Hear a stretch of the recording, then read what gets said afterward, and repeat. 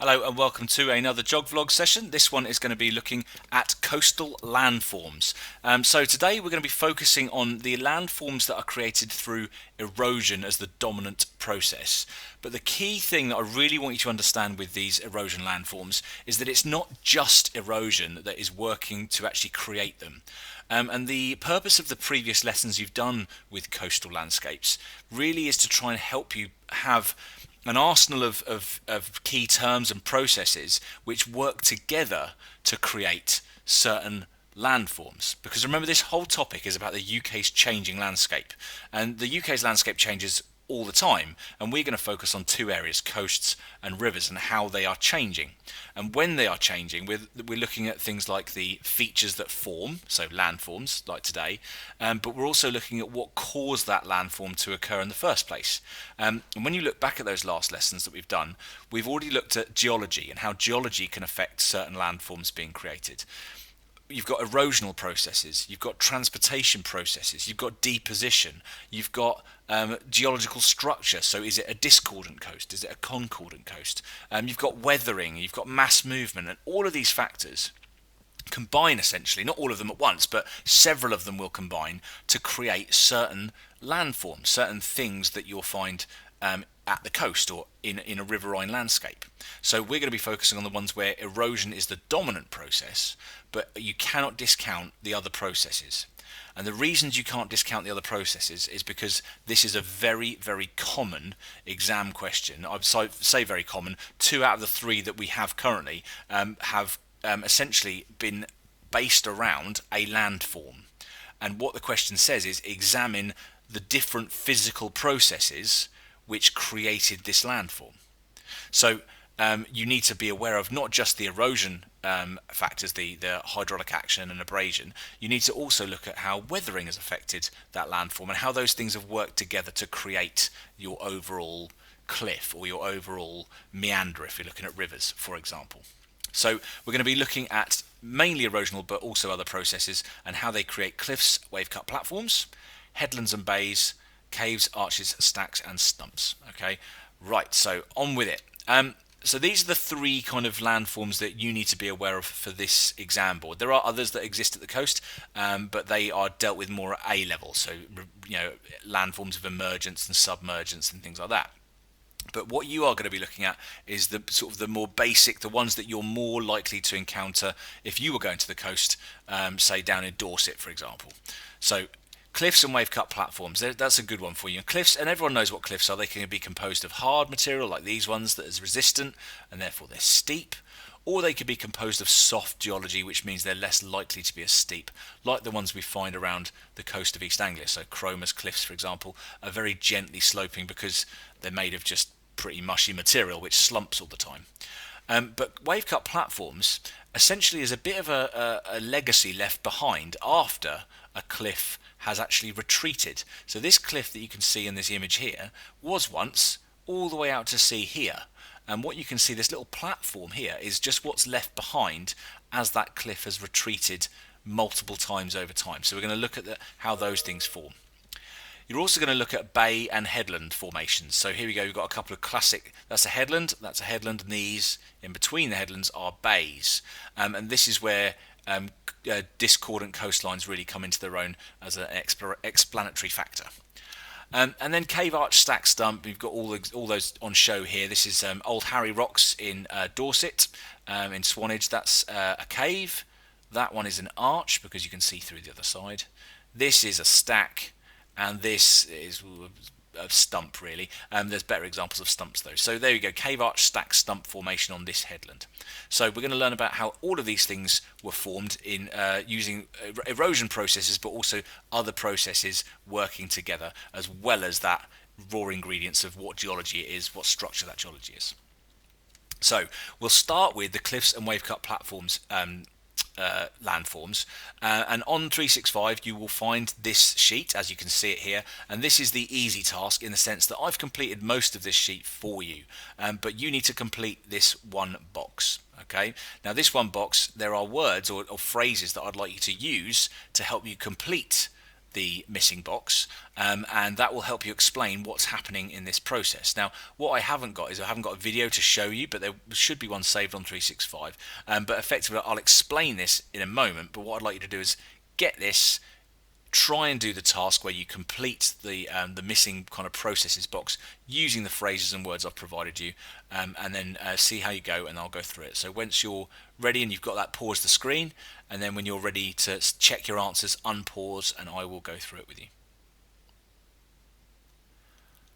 Okay, so let's take apart what we've got. Let's look at our starting point, our ingredients to begin with. This is a hard geology cliff, and that's quite important because cliffs like this that can create that steep profile only really form when you've got hard geology, and the reason is because hard geology is able to support its own weight. Okay, where you've got soft geology, it's slumped, it's more likely to slump. So you've got a hard geology cliff, and this is sort of a chalk cliff as an example. At the top of that cliff, you've got weathering going on, and again that's visible here because there's grass growing on top. That grass will have roots, and those roots you can see are creating weaknesses in the rock from above. So biological weathering is going on there. The face of the cliff is likely also to have some other type of weathering. If it's a cold climate, maybe a bit of freeze thaw action is going to happen here. So weathering is going to affect this part of the cliff. It's important to recognise this part of the cliff is not going to be affected by the waves, because the waves are only going to affect between these two dotted lines, the high and low water mark. Waves don't form anywhere other than the surface of the sea, unless you're looking at a tsunami wave, but that's irrelevant in this case. So waves only form in the very sort of top part of the sea. So if at high water the sea is here, you're going to get maybe potentially some waves attacking the base of the cliff, and then some more waves attacking this area here, anywhere between the high and low water marks.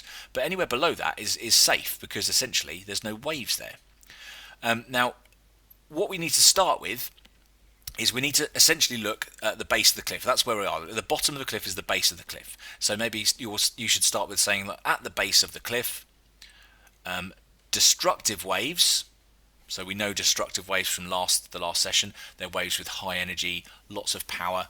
Destructive waves erode the base between the high water mark and the low water mark. Okay, by the processes of hydraulic action, which is the force of air and water being trapped in cracks, and abrasion, where rocks are picked up and hurled at the cliff base.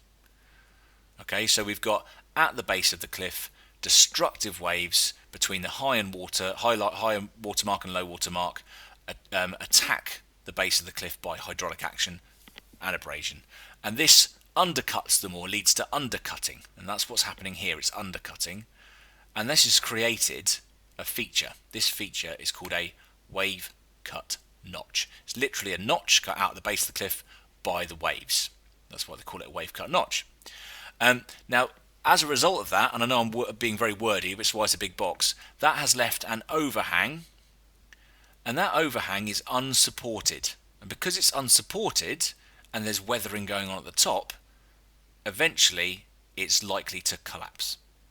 And when it collapses, this dotted line would be the new line of the cliff. Now, over time, that process repeats. Another wave cut notch because of hydraulic action and abrasion between high and low water, then more weathering at the top, and then another collapse, and then more retreat, and eventually this cliff is going to retreat backwards. Now, we're talking hundreds, thousands of years in some cases, but as it retreats, it leaves behind this gently sloping platform after years and years and years, which is what we call a wave cut platform, because again, it's a platform that's cut out by the waves effectively. So cliffs and wave cut platforms, putting it all together, you've got hard geology, you've got weathering at the top, you've got erosion and hydraulic action at the base because of destructive waves creating this notch. You've got a collapse because of a mass movement event, so very possibly, that's where you can tie in another process: weathering, mass movement, geology, erosion, and all of those things, all those processes are working together to create a cliff and a wave cut platform. Now, if you want to read back and play back this recording just so you can get a full explanation of where I've used all these key terms and another explanation, then great. and please do so, but you want to make sure you've tried to use all these key terms in here, because really you're explaining this process. But don't forget, it's not just the erosion going on here. You've got a mass movement event, which you could, if you wanted to annotate, please do. You've got weathering at the top, and you've got this initial geology that lends itself to actually forming cliffs. Okay, so cliffs and wave cut platforms, done. Now, if you were really struggling, then there is this one which I use for students in class, which is actually just all the answers where you can fill in the blanks. Destructive waves attack the base of the cliff between high water mark and the low water mark. They erode by hydraulic action, and abrasion leads to undercutting the cliff and a wave cut notch being formed, creates an overhang which will collapse due to gravity. So you can see that's, I guess, another example of how it could have been used. And this is a fantastic example of a wave cut platform and then cliffs. So again, these cliffs would have at one stage been all the way over here, and then you can see the lines here where successive cliff collapses have occurred over thousands of years, leaving behind this really big wave cut platform. Okay, so I've got a bit of creativity coming your way, which you're going to utterly mock me for. Now, if I don't know you, then you're mocking me and I won't know, so it's fine. If you're in my lessons and you mock me, then secretly you're only mocking me because you're jealous of my poetic skills. But here is a Hall's revision rhyme, which it's not necessarily useful, it's totally up to you. But it's a way that if you want to try and remember a process of something, how things form in a sequence almost, you can use poetry, or you can use songs, or you can use, it's just essentially it's a revision technique that you may want to adopt. Essentially I'm trying to squeeze in all of the different key terms and processes that I kind of want you to get as a basic to do these things. And if this helps you, great, and if it doesn't, then just have a good old laugh about it and never mention it to anyone ever again. So, in areas of hard and resistant rock, straight away I've got the geology in there. High and low tide matter quite a lot, high and low water. Between these two levels, where waves can break, hydraulic action and abrasion, wave cut notches they make. This is a chunk from the base of the cliff. Above it is fine and stays rather stiff. The process repeats and the notch cuts right back. An overhang forms from such wave attack. Weathering happens at the top of the land. Biological is where roots burrow as planned. The overhang weakens after all this time. Gravity forces it into the brine. So, mass movement event. The cliff is receding. The process repeats. A wave cut platform is made at its feet. This is the bit below all the waves. It slopes gently down and is happily saved. So there we go. Again, I'm sorry I put you through that, but this is going to be a recurring theme to all of my landforms. I'd be a hypocrite if I offered you a revision option without following through and making sure there was one for every single landform. So fill your boots. If you want to write it down, you can pause the screen, and if you'd rather forget it ever happened, then move on. Alright, so the next landform I want to look at is headlands and bays.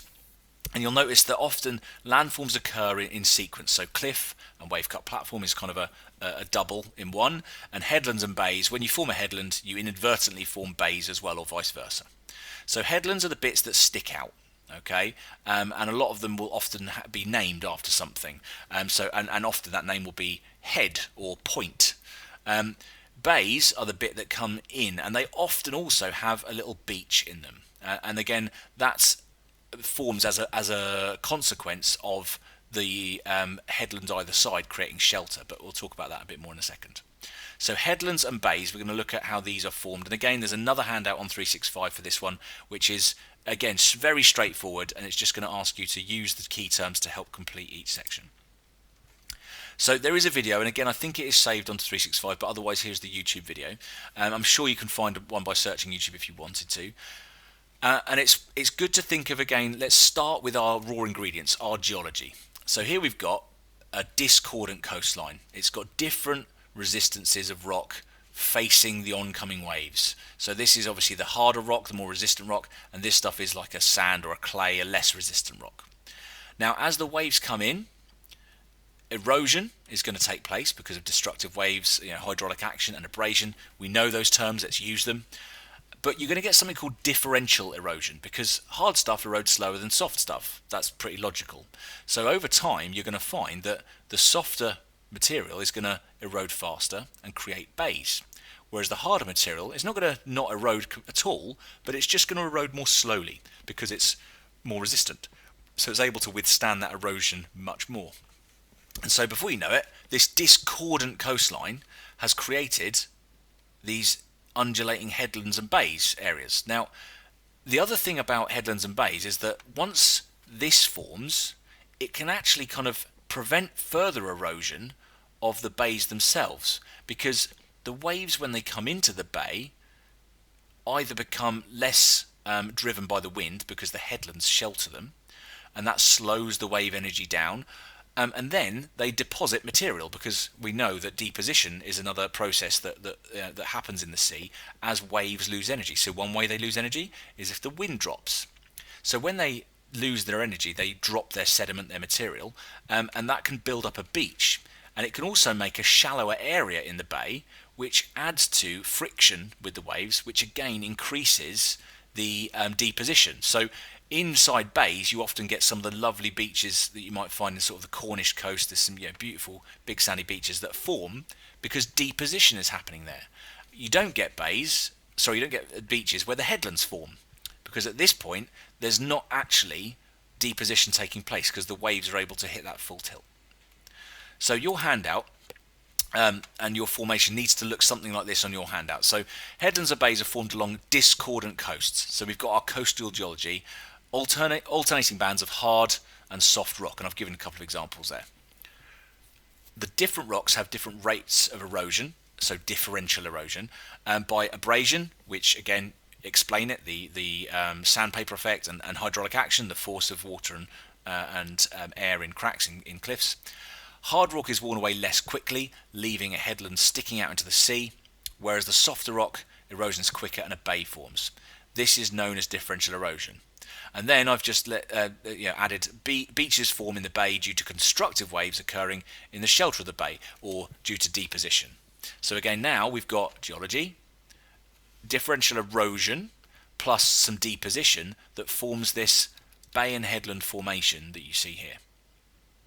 Okay, so another rhyme for you. Okay, and there's a really good example. You've got Scarborough here, and again you can see just on this OS map, beach there, North Sands and South Sands, understandably called because that's further north than south, and then you've got your headland here, and we know that the headland is resistant because not only is it sticking out to sea, but they've felt fit to build a castle on it, or there's the remains of a castle on that. So obviously it was a very clearly well kind of fortified area, which they felt fairly safe was going to be staying there for some years to come. And again, on the aerial photograph, you can see again the bays, the beaches that form as a result of that differential erosion, and then deposition as it gets shallower and more sheltered by this absolute beast of a headland. So here we go. Here is my next revision rhyme for headlands and bays. Prepare yourselves. When a coastline has rocks formed in bands, some hard and some soft, the sea makes its plans. The soft rock is weaker and much less resistant. Hydraulic action, abrasion can be quite insistent. They erode the weak rock faster in places. The hard rock is so hard it laughs in their faces. The resistant limestone can stick out to sea. We call it a headland, and there are 2 or 3. Between them the rock is eroding farther to make a bay form where the water is calmer. The headlands block wind and slow down the waves. The soft rock is happy, as now it is saved. And with the slow wind and the waves so refracted, sediment drops and the beach is enacted. The energy lost means waves drop their load and beaches can form in bays they call home. The water may shallow and friction increased. The beaches can build with more sediment released. So again, we're covering everything we want. We've got our discordant coastline formed in bands. We've got hydraulic action and abrasion, erosion processes. We've got differential erosion mentioned. Then you've got deposition because of refracted waves and less wind and more shallow kind of more shallow bay areas which increase that friction.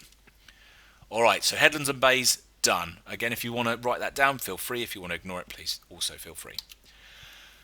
So the last one, and probably the most dramatic, this is an example, Old Harry in Dorset. Cave, arch, stack, stump. Now, it says homework task here, ignore that. This is a more challenging task because in some ways you've got to put together more processes. And we talk about cave, arch, stack, stump. We always say all 4 together because if you've got a headland like this which sticks out to the sea, okay, and you need to start with a headland, if it can be affected by erosion on both sides or just one side going through, then eventually you're going to create this cave, arch, stack, stump system. Okay, it's just a matter of time. But again, to create a stack and to create this steep profile, it has to be resistant geology. So again, the ingredients are key. So we'll look at that, and again, there's a YouTube video saved on 365 if you want to watch it. That's fine. And we're going to look through this and just explain how each of these things form.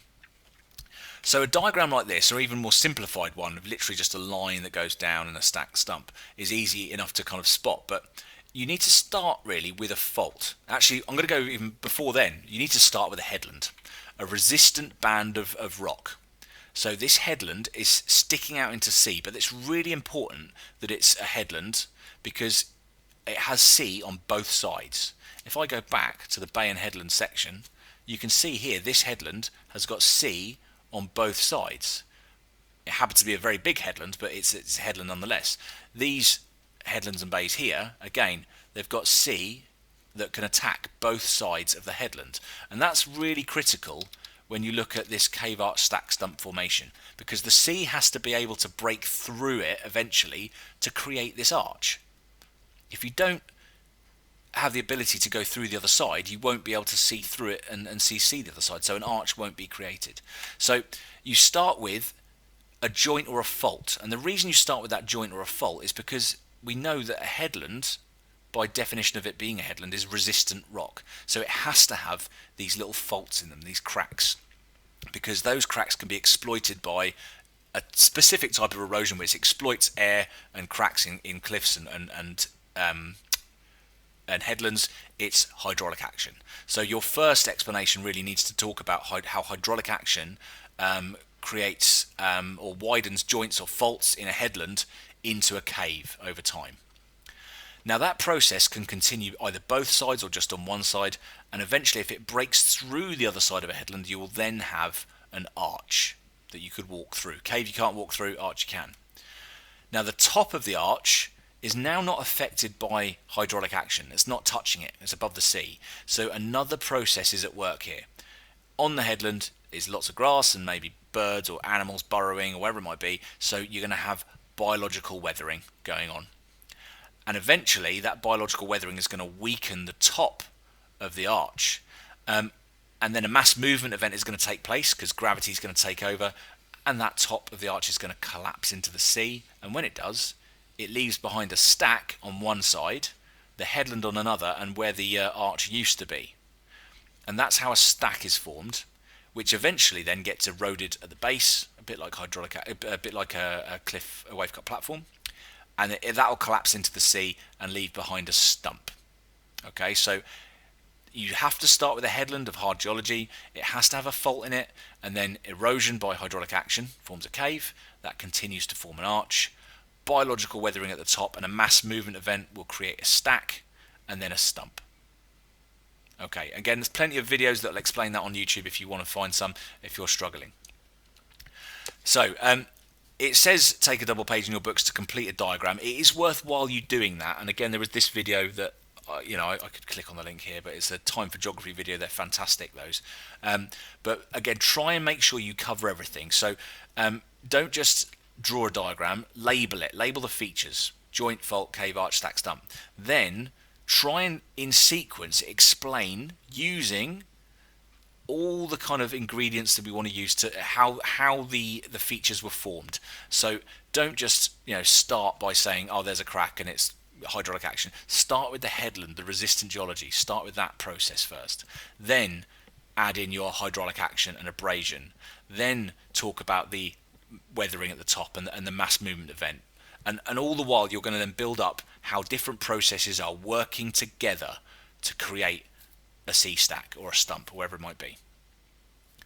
Okay, so once you've done that, then brace yourselves again for yet another revision rhyme. Right, here it is, my Hall's revision rhymes for the cave arch stack stump system.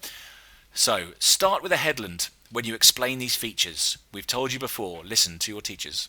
A headland is hard rock that sticks out quite far. It's exposed at both sides, and as hard as they have the odd weakness, a fault or a crack. Hydraulic action, abrasion, the waves they attack. At first this widens the crack to a cave, on one side or other. Now try to be brave. Sorry.